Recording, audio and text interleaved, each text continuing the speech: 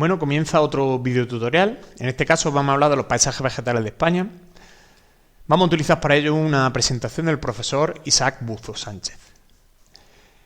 Vamos a empezar hablando de los factores que influyen en el paisaje vegetal y básicamente son 6. El primero de todos ellos, la mesología.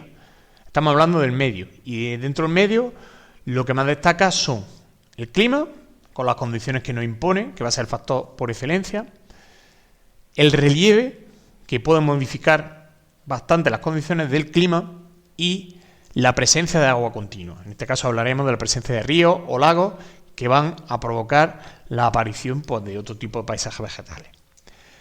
El siguiente factor serían las características de la formación vegetal, ya sea un bosque, ya sea un matorral o ya sea prado, que van a estar relacionadas con la adaptación al medio.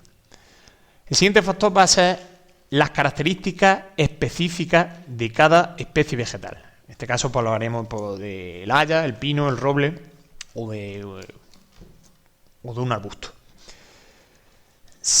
Los siguientes factores serían el espacio, el tiempo y el ser humano. Espacio y tiempo están relacionados. Espacio lo que nos dice es si el territorio por qué se extiende estos paisajes vegetales se ha mantenido o va en retroceso. Normalmente en toda España podemos generalizar que todos estos paisajes vegetales han ido en retroceso.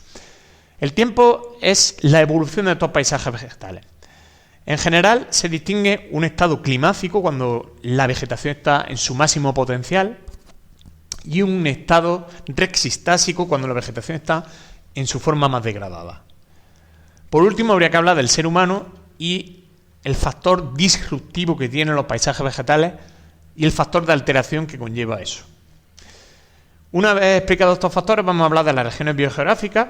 Básicamente, todas están dentro del reino holártico y son región eurosiberiana, que está en el paisaje atlántico, región mediterránea, el paisaje mediterráneo, y así sucesivamente. Aquí falta el paisaje vegetal de ribera, que en sí no se puede incluir dentro de ninguna región ni de ningún reino, porque se ve diferenciado por la aportación de agua continua que hace ese río o ese lago.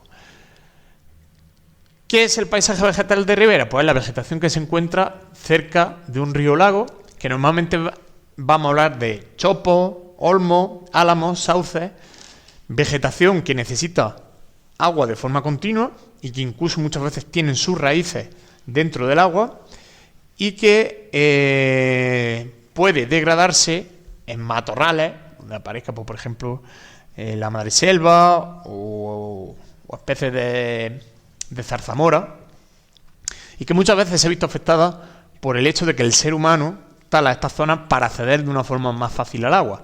Esto ha provocado también que en muchas zonas, sobre todo zonas mediterráneas, los ríos tengan una capacidad mayor de erosión de sus orillas por este proceso de desaparición del paisaje vegetal de ribera. Si pasamos ya a los paisajes vegetales siguientes, los que se encuentran ya dentro de las regiones biogeográficas, pues tenemos en primer lugar el paisaje vegetal atlántico caducifolio, que se produce en la España atlántico, desde Galicia hasta los Pirineos, y sus condiciones del medio son de unas precipitaciones abundantes y regulares y unas temperaturas normalmente suaves, solo afectadas o alteradas por el relieve. Dentro de esta formación vegetal pues aparecería el bosque caducifolio, que es el estado climático formado por especies altas con tronco rectilíneo y donde destacan el haya y el roble. El haya es una especie vegetal con una madera muy valiosa, muy alto, un árbol muy alto, que destaca por su adaptación a zonas de una determinada altitud, donde haga frío y donde las precipitaciones sean abundantes. Prefiere suelos calizos. Sin embargo, el roble no aguanta tanto el frío, prefiere zonas más templadas, por lo tanto va a estar en zonas de una altitud un poco menor y prefiere los suelos silíceos. También el roble, su madera es bastante apreciada y sus frutos. Si no aparecieran estas especies, pues podrían aparecer, por ejemplo, el tilo, fresno, abedul o, por ejemplo, el quejigo o el roble rebollo en el oceánico de transición, cuando ya la sequía y la temperatura empieza a aumentar. También habría que destacar las introducidas por el ser humano. De ellas destaca el castaño, que se ha introducido tanto por el uso de su madera como por sus frutos, y la introducción del pino y el eucalipto, del pino para el beneficio económico que se puede obtener de la madera, y el eucalipto para obtener celulosa. Si no aparece bosque caducifolio, aparecerán las landas, que es vegetación arbustiva, de matorrales formadas por brezo, tojo, retama, que muchas veces pues sus usos son de cama de ganado o para separar las lindes de las diferentes parcelas.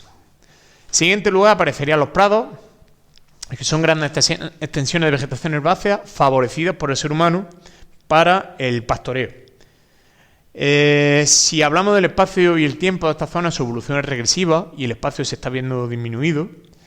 Y habría que destacar la pérdida de los usos tradicionales, ya sea el ramoneo, la recogida de leña, que el pastor o el ganadero pueda introducir ganado para que se coma el monte bajo.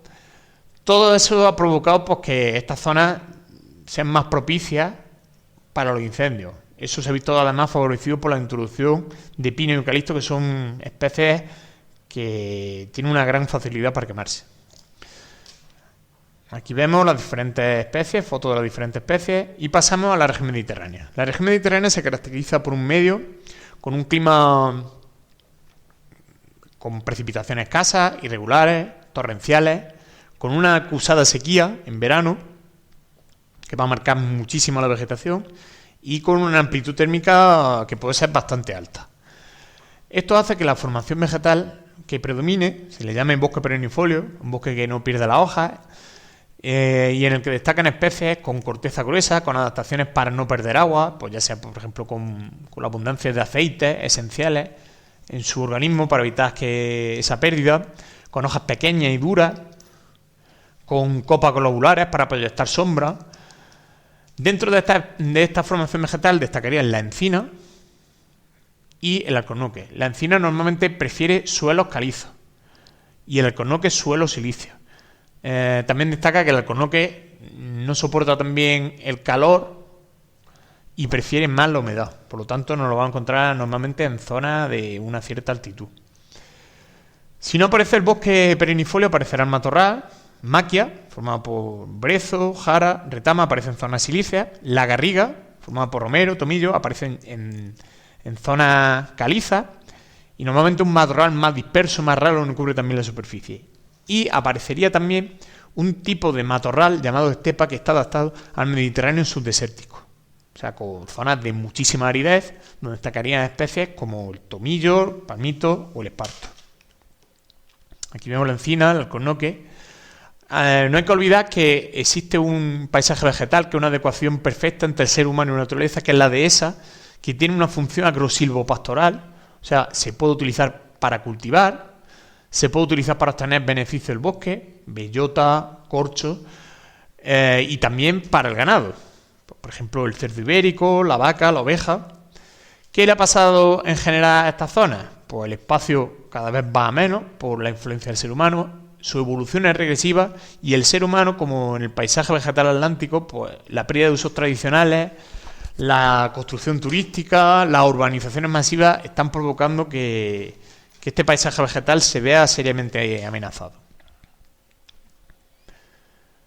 Pasamos al paisaje vegetal de Canarias, donde destaca pues sus características específicas como clima. Estaríamos hablando de un clima subtropical, en el que varían mucho las precipitaciones según la altitud que nos encontremos y la amplitud térmica normalmente va a ser bastante baja. Aquí aparecen gran cantidad de especies endémicas y lo que más destaca es la diferencia según la altitud. Si estamos en el piso más bajo, piso basal, aparece matorral adaptado a la sequía, como Cardonita baiba. Si sube un poquito más, aparecen especies como la palmera, el drago y la sabina. Y si subimos un poquito más, llegamos al piso termocanario, donde destaca la presencia de la laurisilva, que es un bosque endémico de esta zona, de la región macaronésica. Es un paleoendemismo adaptado a las condiciones de máxima pluviosidad que se produce en esa zona por la altitud y por las criptoprecipitaciones. Si no aparece la laurisilva, aparece una degradación de este bosque, que es el matorral de Fallal Brezal. Un poquito más arriba, llueve menos, hace más frío y aparecían las coníferas, de las que destaca el cedro canario. Más arriba, ya en el piso supracanario, aparecería pues un pastizal psicroxerófilo adaptado a la extrema sequedad y frío de esa zona, donde destaca, pues, por ejemplo, la violeta del Teide. Aquí tenemos fotos de las diferentes especies. Y pasamos, por último, al paisaje vegetal de montaña, en el que se pueden distinguir dos zonas o dos tipos de montaña en España. Como ya sabéis, la montaña introduce variaciones en el clima, en las precipitaciones y la temperatura fundamentalmente. Entonces van a aparecer la montaña alpina o montaña pirenaica, donde sobre el bosque de encinos robles aparecerá el piso subalpino formado por vegetación de coníferas. Un poquito más arriba aparecería el piso alpino, donde en la época del deshielo se pueden encontrar prados, aprovechados muchas veces por el ganado, y el piso nival, que está por encima de los 3.000 metros, donde aparece vegetación rupícola, o sea, vegetación que aparece encima de la roca, en las zonas donde no hay nieve. En el resto de montañas de España, pues normalmente no aparece un piso subalpino de coníferas, a menos que este haya sido introducido por el ser humano. Entonces se pasa directamente del bosque propio, ya sea bosque caducifolio o bosque perennifolio, al piso supraforestal, que dependiendo de la zona vamos a encontrar múltiples variaciones. Bueno, pues con esto termina mi tutorial sobre paisaje vegetal de España. Si tenéis cualquier duda, ya sabéis que la podéis preguntar en clase.